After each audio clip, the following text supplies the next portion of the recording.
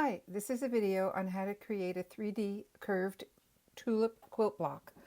I saw a presentation by Jolie Sassiani online. I'm sorry if I butchered your name, but I couldn't figure out how to make it, so I've been tinkering around and this is how I came up with how to make it.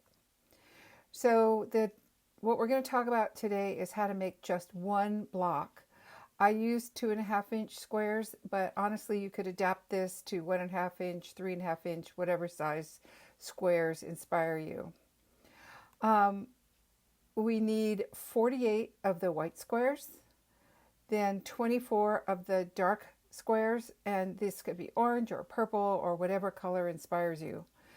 Then 16 in the medium tone and 8 green.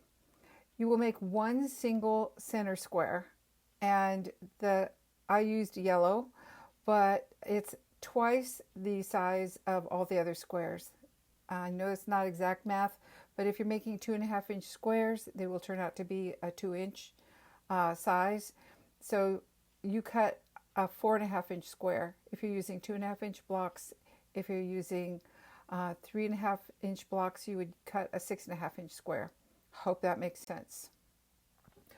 All of these triangles that you see are folded, not cut, and that's how you get the 3 dimensions. So to start off on our first row, you're going to fold the white square and place it over the dark orange square. It helps to secure it. You can secure it with pins or a really narrow seam along the edge. And honestly, I did a really narrow seam on one edge most of the time, not on 2 edges. Once you've got that center section put together, then you put the green block on either side, and that's your first unit.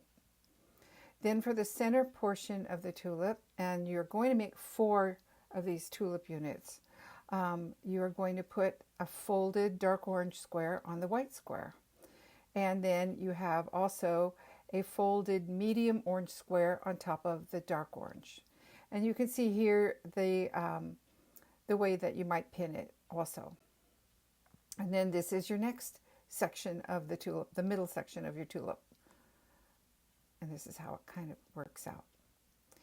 One of the things about all these folded triangles is that it makes really thick seams, which is fine.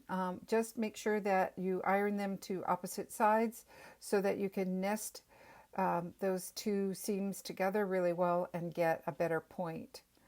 One of the things you need to know is that green bottom section with the green squares and the white and dark orange squares, we're only putting that on 2 of the tulip sections, and we're not going to put that on the other 2 tulip units right away. That happens a little bit later.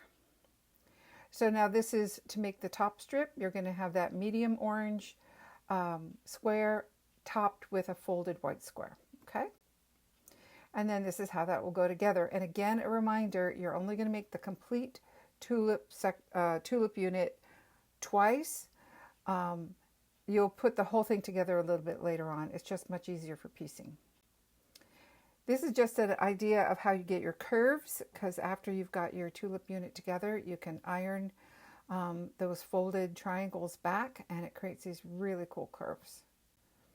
Okay, the center block, you're going to have 4 of your white squares and that 4.5-inch center square. And you're going to fold the center square. And in this picture, you might not be able to tell too clearly, but the raw edge is up and the folded edge is down.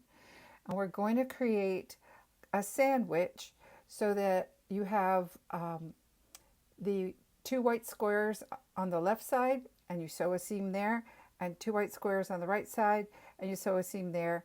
And when you press those back, you'll see the unit looks like this. And again, the raw edge is on the top and the folded edge is on the bottom. And it is not expected to be a perfect match. You're going to see that 1/4-inch differential there, and that's what you want. So you then take this little unit, and you'll see the 2 seams that you just sewed. Those are going to become not the outside on the right and left, but you're going to put them together in the center. And you're going to pin it again by nesting your 2 seams. It's a little bit tricky, but you're going to just work those two sides out a little bit and pin it. And if you look at it from the underside, you're going to see it looks like this, okay? But you're going to sew that top edge together. And when you unfold it, it turns into this really cool square in a square. It's really nice. So here are two complete tulip units. And here are those two tulip units without the bottom layer on it. You know, the layer that's got the green corners. That happens later. Then you're going to make 4 corner blocks, and that's using 1 green square and 3 white squares. And you're going to be adding these in a minute. To create the center unit, you're going to take those these different pieces and you're going to put them together, and it's going to look like this. So this is all laid out.